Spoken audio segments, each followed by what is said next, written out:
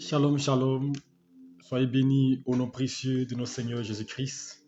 Que sa grâce repose sur vous et que cette soirée encore soit un temps de bonnes nouvelles, un temps de visitation. Alléluia. Que le Dieu de gloire, le Dieu qui bénit, vienne encore nous bénir cette soirée et nous communiquer la vie à travers sa parole. Je prie que le Saint-Esprit demeure à nos côtés pour nous guider, pour nous orienter et pour nous préserver. Nous allons prier le Seigneur, lui commander cet instant afin qu'il vienne nous guider, il vienne nous conduire, il vienne nous protéger par sa présence. Nous voulons te bénir, notre Dieu, notre Père, et encore te dire merci. Merci pour ta grâce et merci pour ta fidélité. Tout est entre tes mains et tout dépend de toi. Alors si tout dépend de toi, nous te recommandons nos vies. Nous demandons que tu dises un mot sur nous. Si tout dépend de toi, dis une parole pour que la vie de mon frère, pour que la vie de ma soeur connaisse une restauration, pour que le besoin de mon frère soit comblé. Seigneur Dieu, nous voulons t'inviter, nous voulons demander ton assistance et ton secours dans nos vies. Préserve-nous et protège-nous, que ton nom soit glorifié, qu'à travers nos vies, l'on puisse voir la gloire de Dieu. C'est pourquoi nous demandons que ton esprit nous assiste. Nous te confions cet instant. Saint-Esprit de Dieu, ami fidèle, prends le contrôle de ce moment. Qu'à travers ce temps d'enseignement, que tu viennes éclairer notre lanterne, tu viens nous conduire, tu viens être la personne indiquée pour nous montrer la voie. Père, nous avons besoin de toi. Dans notre vie quotidienne, dans notre marche, nous avons besoin de toi, car sans toi, nous ne pourrons rien accomplir. Que la gloire et l'honneur te reviennent à toi seul. Bénis ce moment, bénis ta parole et dispose le cœur de tout un chacun à l'écoute de ta parole au nom précieux de notre Seigneur Jésus-Christ de Nazareth. Amen. Que le Seigneur nous bénisse, que sa grâce repose sur vous. Je vous salue tous dans le nom précieux de notre Seigneur Jésus-Christ. Que le Seigneur se souvienne de chacun, que le Seigneur bénisse chacun, que son esprit vous assiste, alléluia, de vos différents pays, de vos différentes positions. Je vous salue, alléluia, affectueusement, que l'Éternel ne manque pas de vous bénir. Et je sais que le Seigneur est fidèle. Le Seigneur n'oublie pas ses enfants. Et le Seigneur n'oubliera pas de te bénir. Alors demeure ferme et sois forte, alléluia, ferme dans sa présence. Que la grâce de Dieu repose sur vous. Alléluia. Le thème de notre semaine, c'est Dieu est souverain. Alléluia. Dieu est souverain. Et hier, nous avons eu le comme pour thème, alléluia, le potier et l'argile. Dieu est le potier, nous sommes l'argile. Et nous avons dit qu'il fait grâce à qui il veut, miséricorde à qui il veut. Et la Bible déclare dans Romains chapitre 9, qui est notre verset de base, nous avons dit que, il dit que ça ne dépend pas de celui qui veut, ni de celui qui court, mais tout dépend de Dieu. Alléluia. Tout dépend de Dieu. Il dit pourquoi l'argile pourrait dire au potier, pourquoi m'as-tu fait ainsi? Donc le potier est maître de l'argile. Alléluia.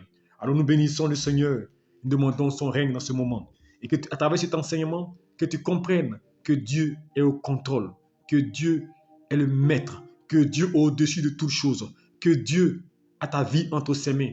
Donc tu n'as pas à craindre si tu sens des événements contraires se manifester dans ta vie. Alléluia. Alors ce soir, nous parlerons, alléluia, notre sujet aura particulièrement comme thème, qui dira qu'une chose arrive sans que Dieu l'ait ordonné? Alléluia. Qui dira qu'une chose arrive sans que Dieu l'ait ordonné? Et notre premier passage va se trouver dans Lamentation chapitre 3. Lamentation chapitre 3. Lamentation 3. Nous allons prendre à partir du verset 33. Il dit, car ce n'est pas volontiers qu'il humilie, qu'il afflige les enfants des hommes. Quand on foule aux pieds tous les captifs du pays, quand on viole la justice humaine à la face du Très-Haut, quand on fait tort à autrui dans sa cause, le Seigneur ne le voit-il pas? Qui dira qu'une chose arrive sans que le Seigneur l'ait ordonné? N'est-ce pas de la volonté du Très-Haut que viennent les maux et les biens? Pourquoi l'homme vivant se plaindrait-il que chacun se plaigne de ses propres péchés? Alléluia. Que Dieu nous bénisse et que Dieu bénisse sa parole. Alléluia. Ici, Jérémie parlait ainsi, alléluia, Et ce passage-là, ce chapitre-là est nommé Lamentation. Et lamentation, c'est une sorte de plainte. Lamentation, c'est une sorte de ressentiment. Pourquoi telle chose m'arrive? Comme souvent, plusieurs d'entre nous, nous posons des questions par rapport aux différents événements qui viennent de nos vies. Souvent, nous posons des questions. Pourquoi tel événement m'arrive? Pourquoi je passe par tel problème? Pourquoi moi je souffre ainsi? Alléluia. Voici ces questions que souvent nous nous posons. Alléluia. Et souvent auxquelles nous n'avons pas de réponse. Nous n'avons pas de réponse parce que nous ne savons pas à qui imputer ce que nous vivons comme situation et difficulté. Et souvent, on laisse cela au sort. On laisse cela à la providence. Alléluia. On ne sait pas qui est l'auteur de ces choses-là. Alléluia. Alors, Jérémie, dans Lamentation, il va commencer à se plaindre par rapport à certaines situations. Et quand vous lisez le chapitre 1er jusqu'au chapitre 3, il va dire, tu n'as pas laissé accès à ma prière. Tu as fait dépérir ma chair. Tu m'as fait souffrir. Alléluia. Il va commencer à se plaindre vis-à-vis de Dieu par rapport à ce qu'il vivait, par rapport aux problèmes qu'il subissait. Il dit, Seigneur, ce n'est pas normal que nous périssons. Ce n'est pas normal que nos prières ne montent pas vers toi. Ce n'est pas normal que nous sommes dans les difficultés. Il va commencer à se plaindre. Alléluia. Et dans sa plainte-là, il va dire, ce n'est pas volontiers que Dieu humilie, qu'il afflige les enfants des hommes. Il n'a pas dit Satan, il dit, ce n'est pas volontiers que Dieu humilie, qu'il afflige les hommes. Alléluia. Car on viole la justice humaine à la face du Très-Haut. Donc, devant la face du Très-Haut, on viole la justice humaine. Alléluia. On fait tort à autrui dans sa cause. Le Seigneur ne le voit-il pas? Il se pose cette question. Il dit, on fait tort à autrui. On blesse autrui. On spolie le pauvre. On détruit le pauvre. Le pauvre pleure. Il a des difficultés. Et il se pose la question. Le Seigneur ne le voit-il pas? Point d'interrogation. Alors, il va se poser la plus grande question qui est l'objet de notre thème ce soir. Au verset 38, verset 37 plutôt. Il dit, qui dira qu'une chose arrive? Qui dira qu'une chose arrive sans que le Seigneur l'ait ordonné? Voici la question que Jérémie s'est posée devant tous ces questionnements, toutes ces difficultés auxquelles il était confronté, devant ses malheurs, ses situations, sa vie ne bougeait pas, rien ne bougeait dans sa vie. Alors, il va se poser un nombre de questions et il va arriver à cette question cruciale que plusieurs d'entre vous se posent souvent. Alléluia. Qui dira qu'une chose arrive sans que l'Éternel l'ait ordonné? Qui est l'auteur de ce que je vis? Alléluia. Alors ici, Jérémie, en se posant la question, il veut dire, est-ce qu'une situation arrive sans que Dieu ne l'ait ordonné? Alléluia. En français simple, alléluia. On va rester seulement sur la lettre d'abord avant d'arrêter dans la révélation. Quand nous prenons la lettre, il dit, qui dira qu'une chose arrive? Est-ce qu'une chose arrive? Qui peut dire? C'est ce que Jérémie se pose comme question. Qui dira, qui peut dire qu'une chose arrive, qu'une chose se manifeste, une situation arrive dans nos vies sans que l'Éternel l'ait ordonné, sans que l'Éternel l'ait ordonné, sans que l'Éternel l'ait orchestré? Voici la question que Jérémie va se poser. Point d'interrogation. Et il laisse chacun épiloguer, discuter, réfléchir sur la situation. Qui dira? Quel homme peut dire qu'une chose arrive sans que Dieu l'ait ordonné? Qui dira qu'un événement arrive, une situation arrive sans que Dieu l'ait ordonné? On peut dire que Jérémie il va loin dans sa réflexion. Donc Jérémie veut dire que les événements qui se manifestent dans nos vies négativement, c'est Dieu qui l'a ordonné. On peut se poser la question, mais lui aussi, comment il peut dire les choses comme ça? Alléluia. Oui, on peut se poser la question. Jérémie veut dire, est-ce qu'une chose arrive sans que Dieu ne l'ait ordonné, que Dieu ne l'ait permise, que Dieu ne l'ait orchestré, ne l'ait programmé? Alors on peut se poser la question. Donc ce que nous vivons, ce par quoi nous passons, c'est Dieu qui le permet. Alors si Dieu le permet, pourquoi il le permet alors? Dieu qui nous aime tant, pourquoi il permet que nous passons par ces temps difficiles, ces temps de difficultés, ces temps d'opprobre, ces temps de situation? Alléluia. Qui dira qu'une chose arrive sans que Dieu l'ait donné? Et au verset 39, 38 plutôt, il va aller encore plus loin. N'est-ce pas? Alléluia. C'est encore une autre question. N'est-ce pas de la volonté du Très-Haut que viennent les maux et les biens? C'est encore une question qui se pose. Première question, qui dira qu'une chose arrive sans que Dieu ne l'ait ordonné? Deuxième question, n'est-ce pas de la volonté du Très-Haut que viennent les maux et les biens, et les malheurs et les bénédictions? Voici la seconde question que Jérémie se pose. Les malheurs qui arrivent, les bénédictions qui arrivent. Alléluia. N'est-ce pas de la volonté de Très-Haut que ça vienne? N'est-ce pas sous l'injonction de que ça arrive? Voici la question que Jérémie va se poser. Qui est l'auteur de ces choses-là?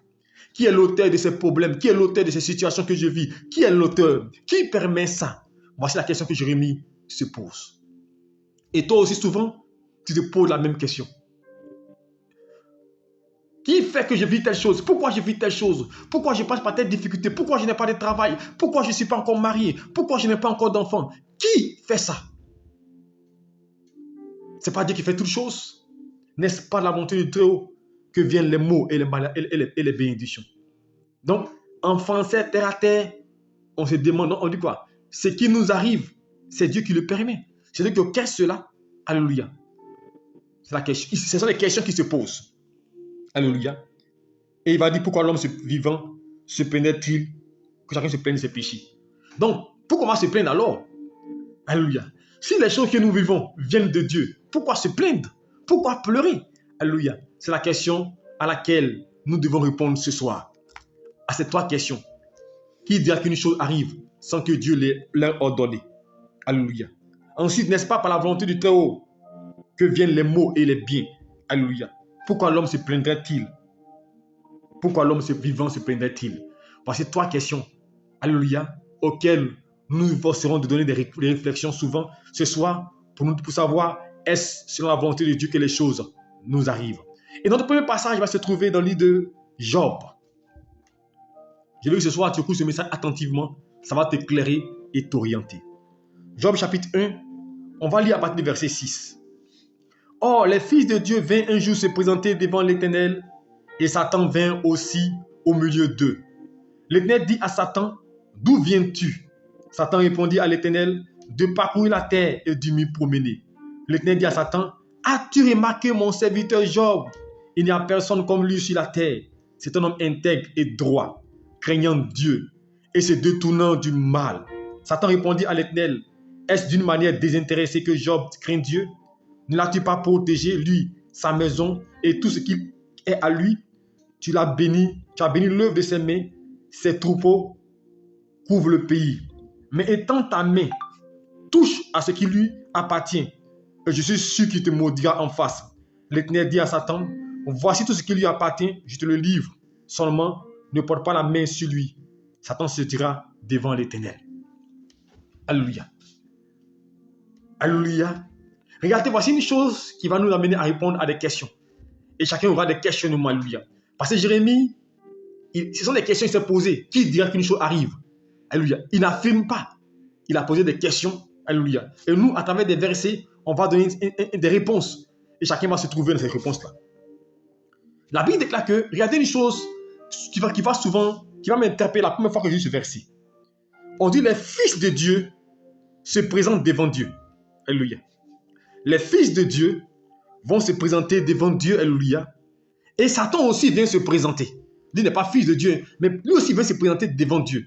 Est-ce que vous comprenez ça? C'est que Dieu fait un conseil dans le ciel. Satan vient se présenter. Satan est assis là, il vient se présenter. Sinon, la Bible, selon ce qu'on a lu, c'est pas moi qui l'invente. Alléluia. Satan vient se présenter là. Et puis Dieu ne s'adresse pas aux autres. Dieu s'adresse à qui? À Satan. Est-ce que vous comprenez? Dieu s'adresse à Satan.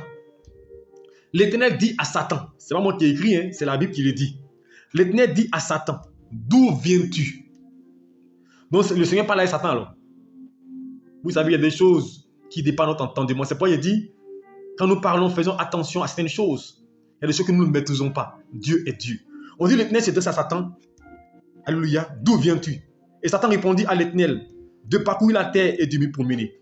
L'Éternel dit à Satan, c'est Dieu qui dit à Satan, as-tu remarqué mon serviteur Job? Il dit, Satan est dans son coin là, il n'a pas vu Job. Alléluia. Parce qu'il n'est pas omnipotent, omniprésent. Satan n'a pas vu Job.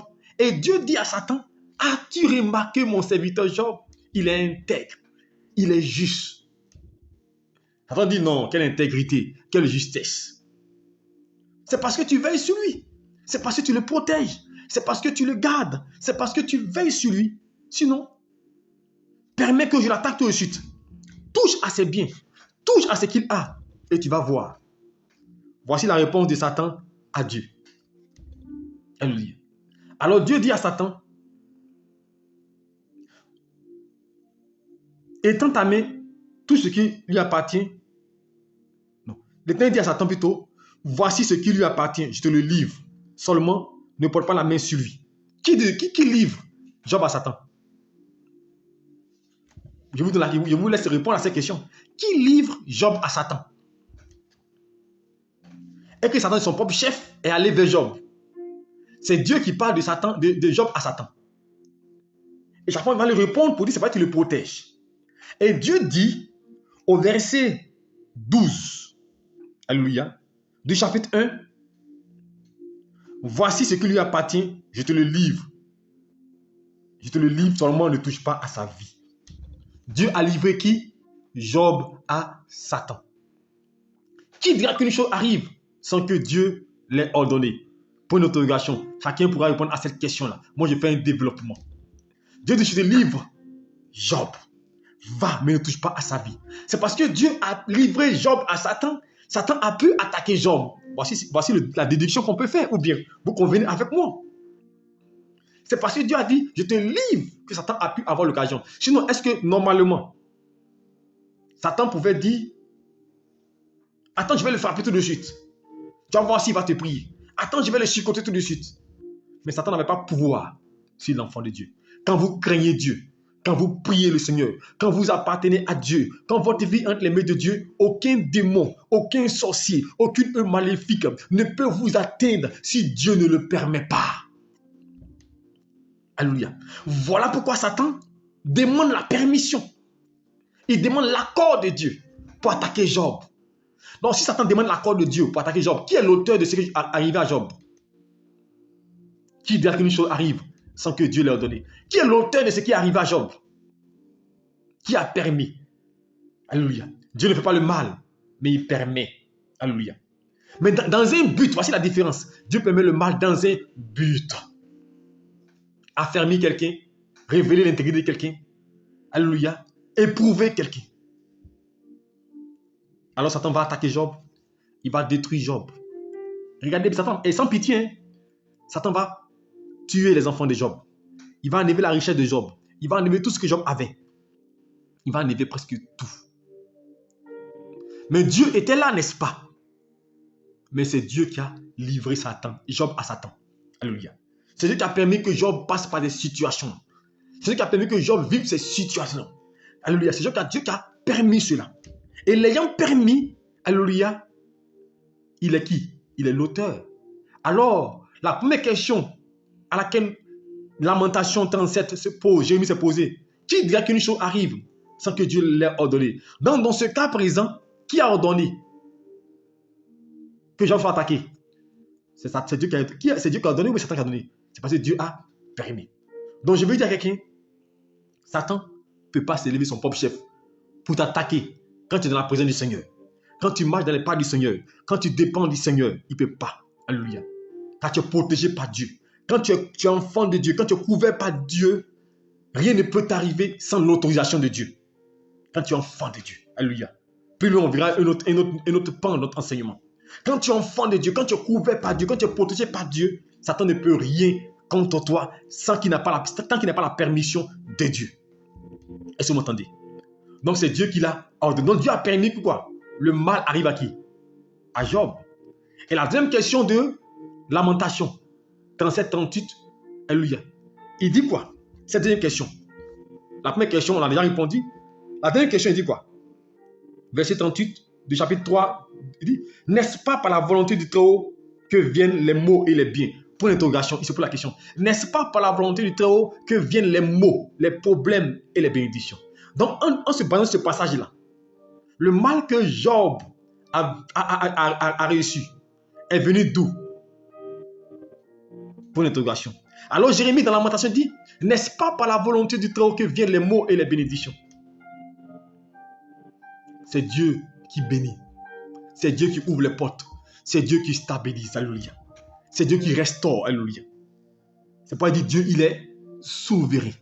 C'est pourquoi il dit, pourquoi l'homme se plaindrait-il de sa voix? Pourquoi l'homme se plaindrait-il de sa voix? Dieu est souverain. Alléluia.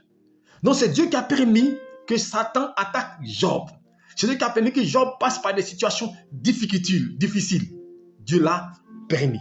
On va lire un second passage pour pouvoir répondre encore à cette question. Alléluia.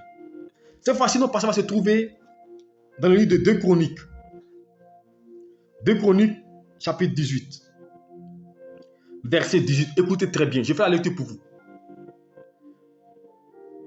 Et Michée dit, écoutez la parole de l'Éternel. J'ai vu l'Éternel assis sur son trône, et toute l'armée des cieux se tenait à sa droite et à sa gauche. Et l'Éternel dit, écoutez bien, et l'Éternel dit, verset 19, qui se dira Akab, roi d'Israël, pour qu'il monte à Ramoth en Galate, pour qu'il périsse. Écoute, pour qu'il y périsse. Il répondit, l'un d'une manière, l'autre d'une autre. Et un esprit vint se présenter devant l'Éternel et dit, un esprit vint se présenter devant l'Éternel et dit, moi, je le séduirai. L'Éternel lui dit, comment? Il dit, je sortirai, répondit-il, et je serai un esprit de mensonge dans la bouche de tous ces prophètes. L'Éternel dit, tu le séduiras, et tu en viendras à bout, tu reviendras à bout. Sors et fais ainsi. Et maintenant, voici l'Éternel mis en lui. Écoutez bien. Voici l'Éternel a mis un esprit de mensonge dans la bouche des prophètes qui sont là. L'Éternel a prononcé du mal contre toi. Là, c'est le prophète Jérémie qui explique ce qui s'est passé. Alors, Sédécias, fille de Kénénia, s'étant approché, frappa Michée sur la joue. Par quel chemin, il répond, par quel chemin l'Éternel, l'Esprit de l'Éternel est sorti de moi pour te parler? Michée répondit, tu le verras au jour où tu iras dans ta chambre, en chambre pour te cacher. Alléluia. Je vous explique le contexte du verset. Alléluia. La Bible déclare que ce roi-là devait aller en guerre, Sédécias. Alléluia. Et à cause des mauvaises choses qu'il faisait, lui et Akab, qui était roi à ce moment précis, parce qu'Akab agit de manière déshonorable. Et Dieu dit, qu'est-ce que je vais faire pour que ce roi impie qui marche négativement, il puisse aller en guerre et puis ils vont le tuer là-bas. Ça, c'est Dieu qui dit ça. Et pendant que Dieu disait cela, la Bible, un esprit va se présenter devant Dieu pour dire, moi je vais partir, je vais faire. Dieu dit, comment tu vas faire? Il dit, je vais mettre un esprit de mensonge dans la bouche de tous ces prophètes. Alléluia. Et ils vont l'encourager à aller en guerre. Et quand il va partir, il va périr. Et effectivement, tous les prophètes ont dit au roi Akab, si tu vas en guerre, il t'a lié à Sédécias, tu vas avoir la victoire. Même Michée, prophète de l'Éternel, coin de Dieu, lui aussi le jour-là, il a menti. Pour dire, Akab, si tu vas en guerre, tu vas avoir la victoire. Mais parce que Dieu voulait que Akab aille en guerre, Sédécias, pour qu'il meure, pour qu'il périsse à cause de l'abomination. Qui est l'auteur? On peut se poser la première question. Qui dit qu'une chose arrive sans que Dieu l'ait ordonné? Alléluia. Dieu a permis qu'un esprit de mensonge entre dans les prophètes pour induire Akab en erreur pour qu'il aille en guerre parce que Dieu voulait le chicoter. Parce que Dieu voulait le frapper. Dieu permet alors qu'un esprit de mensonge entre dans la bouche du prophète. Alléluia. N'est-ce pas de la volonté de Dieu viennent les maux et les biens? La question que Jérémie se posait. Alors, on a un droit de se poser la question, de savoir, dans tout ce qu'ils ont vécu là, pourquoi Dieu a permis ça, cela. Alléluia. Pourquoi Dieu permet cette situation dans les vies? Pourquoi Dieu permet que des événements arrivent? Dieu le permet parce que des gens sont en marcher d'une manière gauche. Dieu veut les éloigner. Alléluia. On va lire un dernier passage et on va conclure notre message d'aujourd'hui. Alléluia. Ça, c'est facile. 2 Samuel. 2 Samuel chapitre 24, verset 1. La colère de l'Éternel s'enflamma à nouveau contre Israël. Et il excita David contre eux. Qui excita David? Dieu. En disant, va, fait le dénombrement d'Israël et de Juda. Alléluia. Et le roi dit à Joab, qui était chef de l'armée, qui se trouvait près de lui, parcours tous les chefs, les tribus d'Israël, depuis Dan jusqu'à Baal-Sheba, qu'on fasse tous le dénombrement du peuple et que sache à combien s'élève-t-il. Job dit au roi que l'Éternel ton Dieu rende le peuple 100 fois plus nombreux et que les yeux du roi, mon Seigneur, le voient. Mais pourquoi le roi, mon Seigneur, veut-il faire cela? Le roi persista dans l'ordre qu'il avait donné à Job et aux chefs de l'armée. Et Job et les chefs de l'armée quittaient le roi pour faire le dénombrement d'Israël. Et je vais sauter. Je vais venir au verset 11. Le lendemain, quand David se leva, la parole de l'Éternel fut adressée à Gad le prophète, le voix de David. Va dire à David, ainsi parle l'Éternel. Je te propose 3 fléaux. Verset 10 d'abord, David sentit battre son cœur après qu'il eut fait le dénombrement du peuple. Il dit à l'Éternel, j'ai commis un grand péché en faisant maintenant, ô Éternel, daigne me pardonner l'iniquité de ton serviteur, car j'ai complètement agi en insensé. Et le lendemain matin, quand David se leva, la parole de l'Éternel fut adressée à Gad le prophète, le voix de David. Va dire à David, ainsi par l'Éternel, je te propose 3 fléaux, choisis-en un. Je te frapperai, je t'en frapperai. Gad alla vers David et lui dit, fais la chose en disant, veux-tu 7 années de famine dans ton pays, ou bien 3 mois de fuite devant tes ennemis qui te poursuivront, ou bien 3 jours de peste dans ton pays. Maintenant choisis et vois ce que je dois répondre à celui qui m'envoie. David répondit, je suis dans une grande angoisse. Oh, tombons-nous entre les mains de l'Éternel, car ses compassions sont immenses, mais je ne tombe pas entre les mains de mes ennemis. Donc il va choisir 3 jours de peste. Mais quand on lit ce passage-là, on est intrigué. Au premier verset, chapitre 1, la colère de l'Éternel s'enflamma à nouveau contre Israël. Il excita David contre eux en disant, va faire le dénombrement d'Israël. Donc Dieu va amener David à faire quoi? À faire le dénombrement d'Israël, n'est-ce pas? Au verset 1. Au verset 11, au verset 10, David voit son cœur battre fortement. Et puis il dit, il sent qu'il a péché. Dieu l'a inspiré à faire cela, non? David dit, mais je sais que j'ai péché contre Dieu. J'ai fait des choses qui ne sont pas bonnes. Seigneur, pardonne-moi. Et Dieu envoie un prophète au verset 11 pour dire à David, pourquoi as-tu fait le dénombrement du peuple? Est-ce que vous comprenez ça? Le même Dieu qui l'a excité à faire le dénombrement du peuple dit, David, pourquoi as-tu fait le dénombrement du peuple? Comme tu as fait le dénombrement du peuple, voici 3 malheurs, il faut choisir un. Alléluia. Et David a choisi 3 jours de peste. Alors, on peut se poser la question de savoir qui est l'auteur du mal qui est arrivé? Qui a permis que cela arrive? Pour une interrogation. Comme Lamentin se pose la question. Qui a excité David? C'est Dieu qui l'a excité à faire le dénombrement du peuple. Alléluia. Et Dieu lui demande pourquoi tu as fait. Parce que Dieu voulait frapper, Dieu voulait épurer, Dieu voulait enlever les mauvaises graines. Alors, on va maintenant au pourquoi Dieu permet certaines situations. Parce que je pense que depuis que je parle, on se dit, mais c'est bizarre qu'elle a fait ça. Dieu fait ça, il fait le contraire. Dieu qui envoie Moïse, comme il disait hier, parler à Pharaon, et puis Dieu endurcit le cœur de Pharaon. Mais pourquoi Dieu fait tous ces choses-là? Alléluia. Mais Dieu le fait parce que Dieu veut se glorifier. Dieu le fait premièrement quand nous sommes dans un état de péché, dans un état de désolation, nous marchons devant Dieu. Dieu permet cette situation pour nous ramener à lui.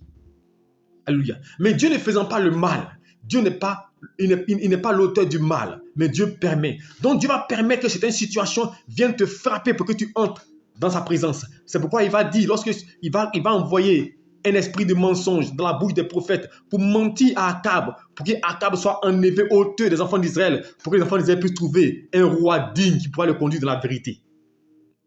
Donc c'est une situation que Dieu permet, souvent c'est pour nous délivrer. Alléluia. Quand Dieu permet Satan attaque Job, c'est pour se glorifier. Alléluia. Mais sachez une chose, Dieu est le maître de toutes choses. Rien n'échappe au contrôle de Dieu. Rien n'échappe au contrôle de Dieu. Alléluia. Alors si rien n'échappe au contrôle de Dieu, alors Dieu sait pourquoi il permet certaines situations, certains événements dans nos vies. Alléluia. C'est pourquoi il est important de glorifier Dieu et de lui confier nos vies en toutes choses. Beaucoup de gens se posent la question après ce message-là. Non, ce que je vis comme problème, c'est Dieu qui le fait alors. C'est qu'il y a comme situation, Dieu qui le permet alors. Car s'il a permis telle chose dans la vie de Job, dans la vie de David, dans la vie de Michée, alléluia.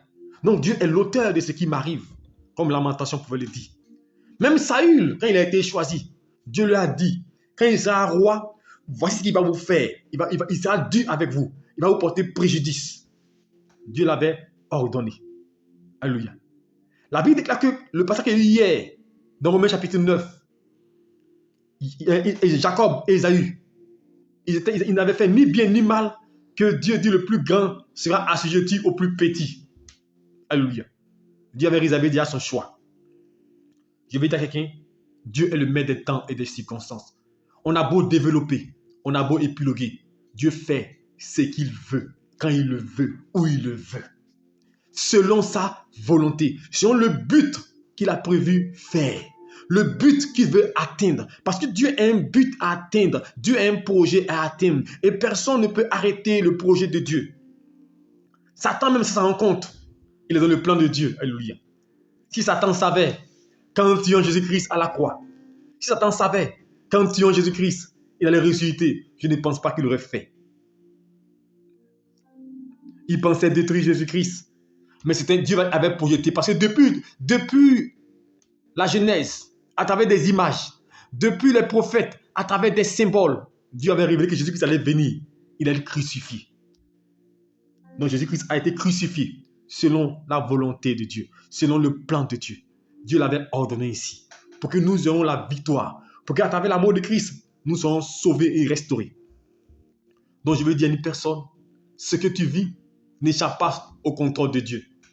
Et si tu m'entends, ce que tu vis n'échappe pas au contrôle de Dieu. Alléluia. C'est Dieu qui le permet. Alléluia. C'est tellement demain, on va encore développer pour qu'on puisse comprendre la suite de ce message. C'est pas suivre, pour ne pas prendre un pan. Dieu permet certains événements. Dieu a permis que Satan attaque Job.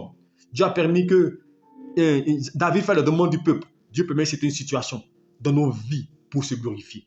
Souvent, mais des situations que tu arrives, des problèmes que tu as, les blocages que tu as, c'est pour que Dieu glorifie son nom. Vous pensez que Satan, il peut quoi devant Dieu?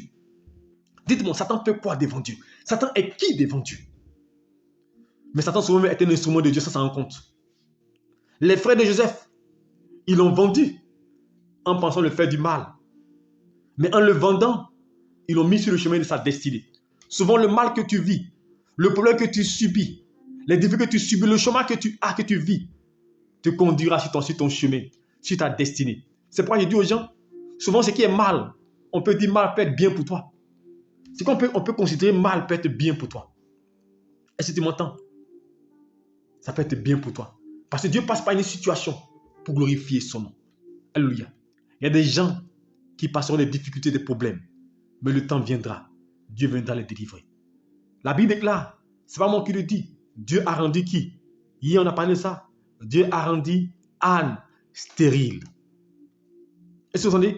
Ce n'est pas Satan qui l'a rendu stérile. On dit Dieu a rendu Anne stérile. Or, le même Dieu dit soyez féconds et multipliez la terre.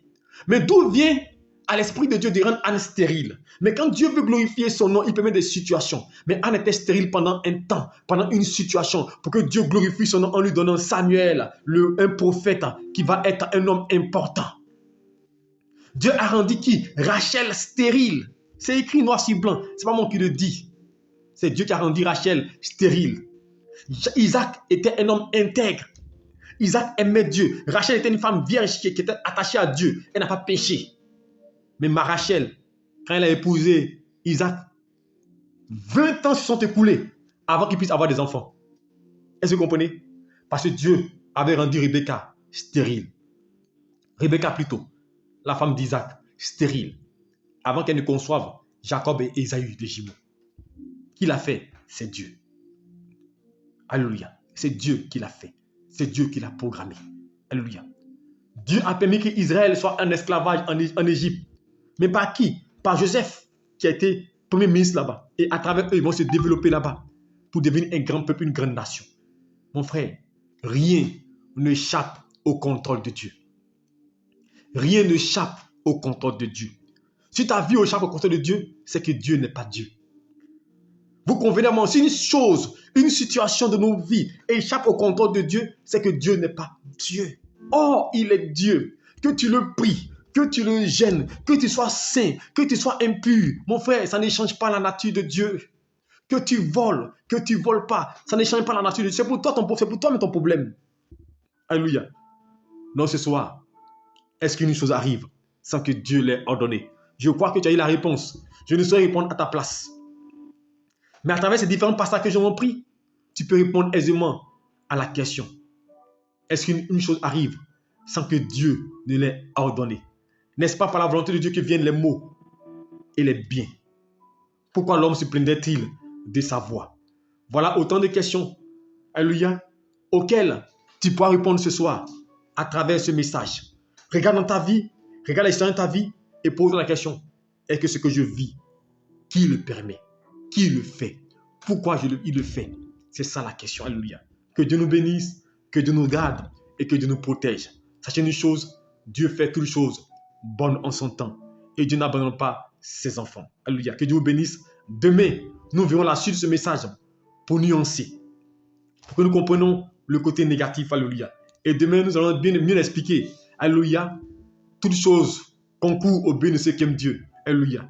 Toutes choses concourent au bien de ceux qui aiment Dieu. Alléluia. Et tout ce que Dieu fait est bon. On va développer ce passage-là afin de révéler, alléluia, encore la suite de ce message-là. Est-ce que Dieu est l'auteur de toutes choses? Oui, Dieu est l'auteur de toutes choses, alléluia. Dans certaines mesures, dans certaines situations, alléluia. Mais certains événements peuvent être causés par des situations, mais que Dieu permet. C'est Dieu même qui le permet, alléluia. Si selon ta pensée, selon ton péché, des choses peuvent t'arriver, mais Satan n'a pas le droit de te frapper. C'est comme, regardez, un juge. Un juge, un voleur vole, la sûreté n'a pas le droit de rendre justice. Mais le juge, alléluia, c'est lui qui doit lui rendre justice, le condamner ou le libérer. Regardez, si un juge physique a le pouvoir de libérer quelqu'un, au vu des preuves qu'on lui donne, il peut dire que ce n'est pas solide. Alléluia.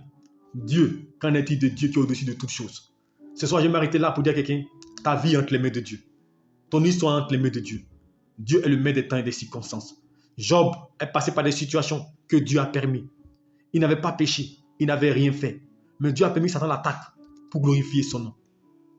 Anne n'avait rien fait, mais Dieu l'avait rendue stérile pour glorifier son nom. Rachel, Rebecca, elle n'avait rien fait, elle était stérile parce que Dieu veut glorifier son nom. Souvent, Dieu permet des événements afin de faire éclater sa gloire, afin de révéler sa gloire et sa suprématie. Alors, je veux que tu comprennes une chose, ta vie n'est pas en retard. Alors, demain, nous verrons la suite de ce message. Nous allons approfondir par le côté négatif et développer pour que vous puissiez comprendre pourquoi on dit souvent les malheurs, les malédictions, les autels des familles ont de l'impact sur nous. Pourquoi Dieu permet que ces choses-là, les malheurs, l'anti-mariage, les problèmes aient de l'impact sur nous. Demain, nous allons comprendre ces choses encore davantage. Pourquoi les malheurs et les difficultés ont de l'impact sur nous et nous verrons en comment ces choses peuvent concourir à notre bien. Que Dieu te bénisse, que sa grâce repose sur toi. J'espère que ce message t'a fait du bien. Que Dieu te bénisse. Seigneur, nous voulons te rendre grâce. La Bible déclare, qui dira qu'une chose arrive sans que tu sois auteur? Seigneur, c'est toi qui nous guides, qui nous protège. Alors je te confie tes enfants. Tu connais dans les vies ce qui manque. Tu connais, mon Dieu, ce qui vivent. Viens les secours et lève-les. Seigneur Dieu, tu es dans Satan. As-tu remarqué mon serviteur Job? Toi-même, tu as vu Job. Satan ne pouvait pas faire quelque chose à Job. Il a fait qu'il demande la permission pour attaquer Job. Seigneur, ce matin, ce soir, je demande ta protection des enfants afin que l'ennemi n'ait pas accès à leur vie. Que le diable n'ait pas accès à leur vie. Dans tous les domaines de vie, qu'ils soient protégés et préservés. Et quand bien même qu'il aurait accès, que ce soit sous ton autorisation, au nom de Jésus-Christ. Merci pour ta grâce. Merci pour cette soirée. Merci de nous orienter, de nous guider, au nom de Jésus-Christ. Amen. Que Dieu vous bénisse, que sa grâce repose sur vous. J'espère que ce message vous a fait du bien. Cette semaine, le thème, c'est Dieu est souverain. Alléluia. Donc demain encore, nous verrons un autre message. Ça va suivre ce message pour approfondir encore notre connaissance. Soyez bénis, shalom à vous. Demain, 5h30, nous nous retrouvons pour prière matinale. Sois béni et bonne nuit à toi sous la protection divine. Shalom.